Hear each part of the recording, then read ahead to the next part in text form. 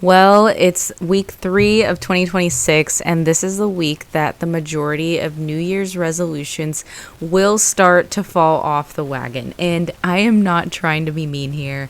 I'm just sharing the truth with you. I saw a LinkedIn post about it, I think last week even, but I myself have not been knocking it out of the park like 100%. So do not be ashamed. Do not be worried. I'm not here to remind you, but I do think it's a good mental check-in to know that, oh, we're in the 3rd week of January. How am I doing with any goals or intentions that I have for the beginning of the year? And if you know me, I'm all about that. But I think in a different way now. But anyways, I had this idea to sketch one thing every day for this month, and I failed after 5 days, y'all. I'm trying to get better at drawing animals, but I'm going to be a little practical in this episode, but since it's the last, okay, I can't get ahead of myself, but I'm going to be sharing with you some of just recommendations or things I've been doing this year. So you're not going to want to miss out on what I'm doing to make sure I'm being intentional with my time and actually getting things done. You're listening to Speak Life with Victoria Garris. Grab that iced coffee and pop in those earbuds, and let's get into today's episode. So, quick update. I thought I was going to only be posting 2 episodes a month, and this came from the need to slow down and refocus, and I have realized I don't like this posting schedule at all, and I definitely felt like I needed to be producing something every week for you. And it's not this I need to hustle and get things done. No, it's just I have an itch to just write and share and encourage you on this podcast. So I'm gonna be posting every week. This is my official announcement, but I'm gonna be taking a few weeks off in between, I guess, the semesters. So if you think of your kids' school semesters, fall, winter, that's one semester, spring or winter, spring, that's another semester. And of course, summer, of course, I'm going to be on for you.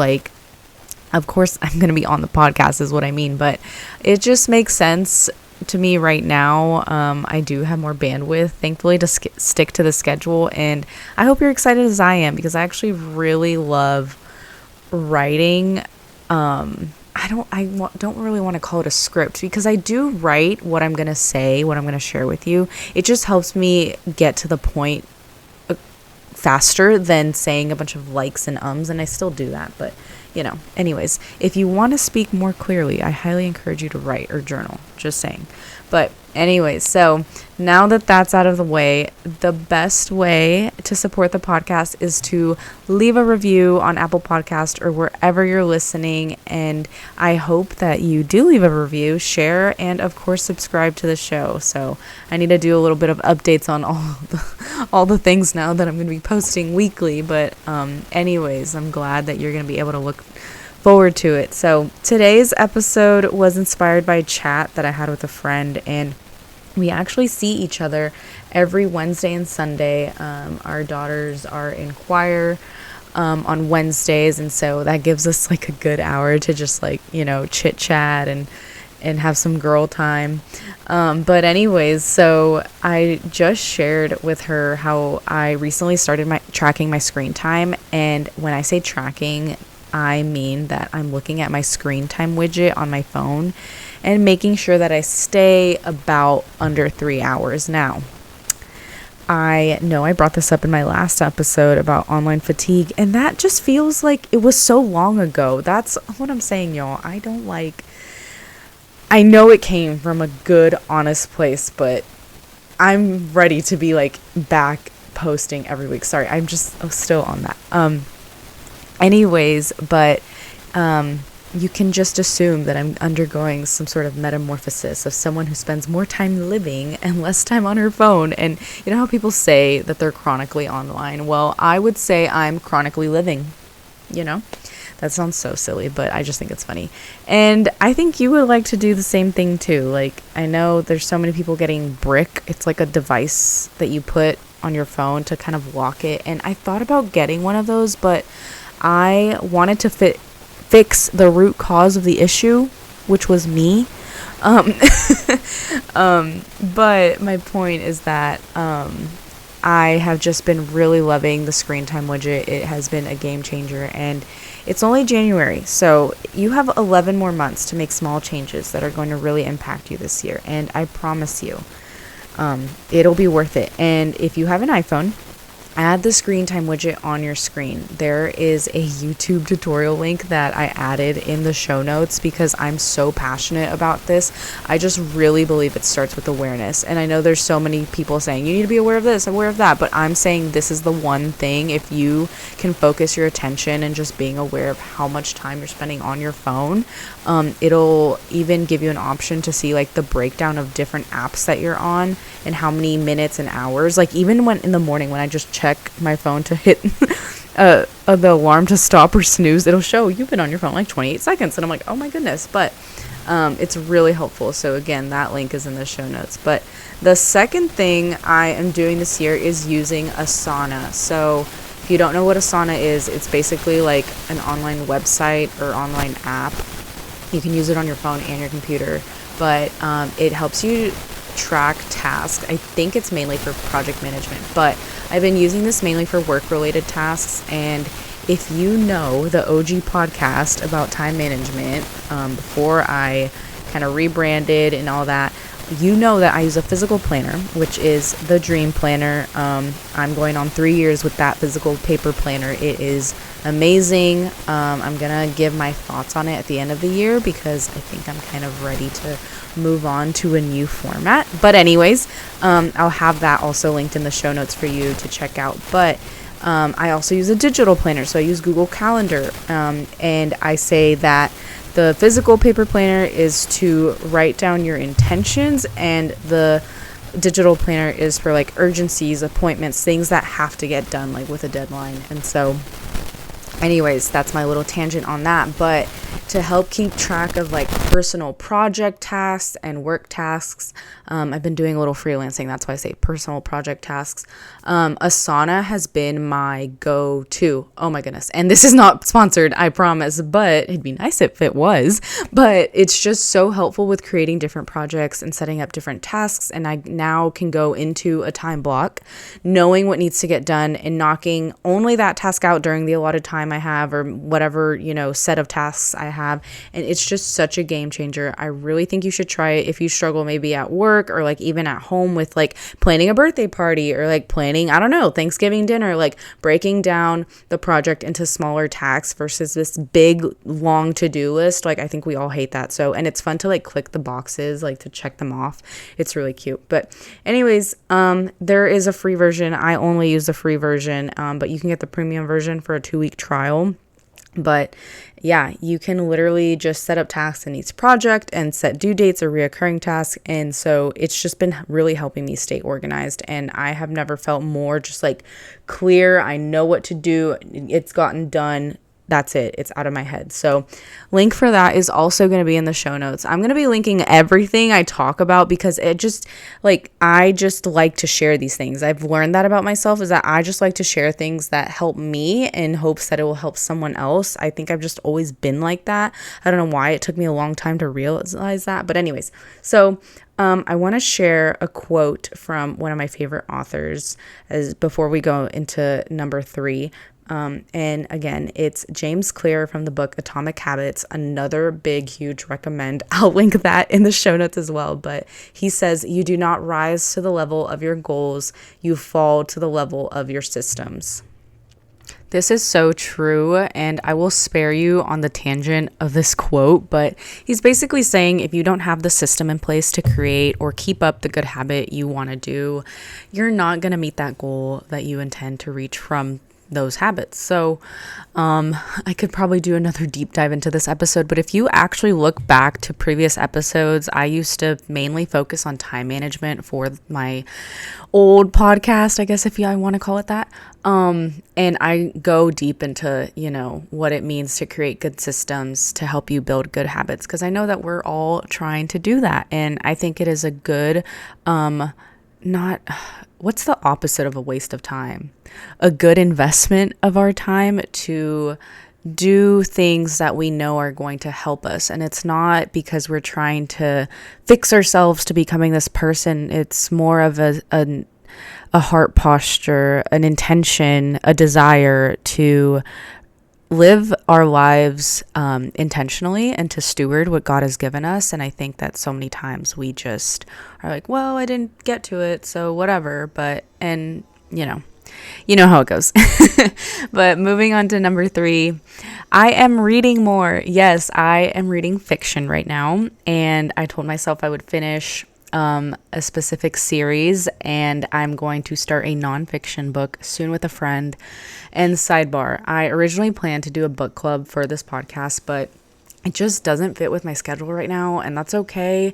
And I'm planning to release a newsletter with all my recommendations that I mention on this podcast, and I don't know where else, but it will go out at the end of the month. So if you want to get that sent to you, there is a link in the show notes to sign up, and I look forward to sending that to you. But I did want to talk a little bit about how I'm putting a pin in the book club. That is something that God has really helped me learn, is that things aren't always you need to do it right now, kind of like hustle mentality, like, all or nothing. And I didn't realize that I was thinking in an all or nothing mentality in other parts of my life. And I just think that God teaching me to just be patient, slow down. And I'm in an interesting season of my life where we kind of are waiting on some things, but it depends on, what we do. Like, it depends on our faithfulness per se, like with some financial goals and things like that. Like, are we gonna, do what needs to get done, or are we gonna steer off of our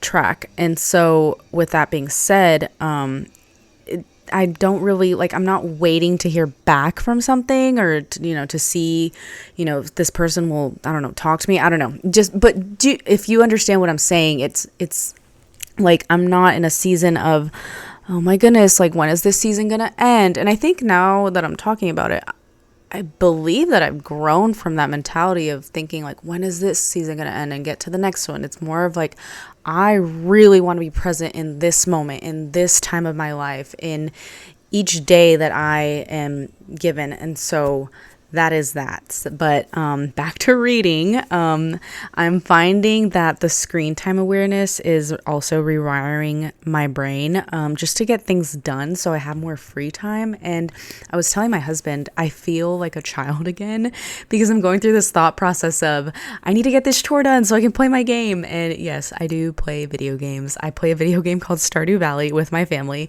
Sometimes I play it by myself, but it's on the Nintendo Switch. It's so fun, and I have a farm on there, and it helps me because right now we don't have land, or we live in a townhome.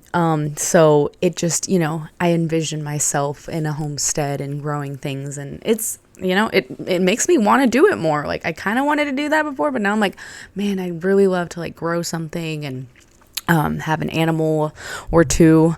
I think I would have to ease into the animals, but that's that. Moving on, the next thing I'm doing is working out in the mornings. Highly recommend if it works with your schedule, but I am committed to at least 15-minute workouts. I usually do 20 minutes. That's kind of like my sweet spot, but my go-to YouTube fitness trainer is Mad Fit. I believe her name is Madeline. I don't know her last name, but she is awesome. She's just super straight to the point. She's so helpful during the workout, and I love it. She puts on pretty good music too, and I just love that she trains you, motivates you. She's not flashy. I think that's what it is. She doesn't put out fitness influencer type vibes. I was trying to look for a different word other than vibes, but that's what I like about her. She's like a breath of fresh air. That's what it is. So she does have an app, but I just do the workouts on YouTube for free because it's quick and easy. And maybe I would like to go to a gym on a Saturday morning, but right now it's not on the plan right now. And it just saves me so much time to just go downstairs, throw on a video, and get it done. And I will tell you my hack for this per se, but I get my gym clothes ready the night before. So I usually like throw on a pair of leggings, t-shirt, sports bra, have that out ready. And in the morning when my alarm goes off and I stumble out of bed, I put it on and I go downstairs and do the first part of what I need to do. And then I throw myself into the workout and I'm like, but anyways, I have 8-pound dumbbells. That's what I was trying to say. And I need to move up in weight. So not a lot, but thankfully, I think my husband still has his other dumbbells that are actually the weight I need at my in-laws, not my in-laws. So yeah, but I will give you progress on that. I do have some health goals this year that I really want to reach. I'm a little nervous for them, but I really think I can do it if I put the right system in place. So yeah. And I might also run a 5K, but who knows? I'm not too sure about that one right now because I don't have a treadmill in our neighborhood. It's a runnable neighborhood, but it's not that big. And so I'd kind of be going in like a loop, but anyways. But yeah, I'm excited for all these things. And that's what I want to emphasize is, yes, you should be aware of how much time you're spending on a screen, your phone, but not to just focus on that, to add things in your life that bring joy to your life and inspire creativity or curiosity or even just enjoying the moment. I grew up on a phone since I was about 9 years old, and it even makes me like, oh my gosh, shake my head saying that. But I finally feel like I'm enjoying new things and things that I grew up with, like playing my flute. I'm so excited to get better at it, to just keep practicing and keep up that skill. And this is my little sidebar to all the moms out there. Your children are watching you. They're watching how often mama picks up her phone, even if it's for only 5 minutes. And a friend recently reminded me they mirror your nervous system. And so I was thinking, what? And like basically they feed off of your energy, when you're trying to rush them out the door and they get all flustered and upset, and then they get all mad and rude at you. Well, it's because they're like mirroring what you're doing. They're copying what you're doing. And so that's a hard pill to swallow sometimes, but I think even just being aware of that is like, whoa, okay, I need to regroup and not do that anymore. But I just want to say this is not my anti-phone revolution, but my let's be intentional and have fun revolution. But that is all for today. And I do want to share a verse that I'm trying to memorize. Again, reminder, I'm trying to memorize Philippians chapter 2, verses 1 through 11. I might go for the whole book. We'll see it in the middle of the year. I don't know. But right now it's just those 11 verses. But I'm going to read from Philippians chapter 2, verses 3 through 5. Don't be selfish. Don't try to impress others. Be humble, thinking of others as better than yourselves. Don't look out only for your own interest, but take an interest in others too. You must have the same attitude that Christ Jesus had. That is so good. That's it. But thanks for listening, friend, and I will see you next week. Bye-bye.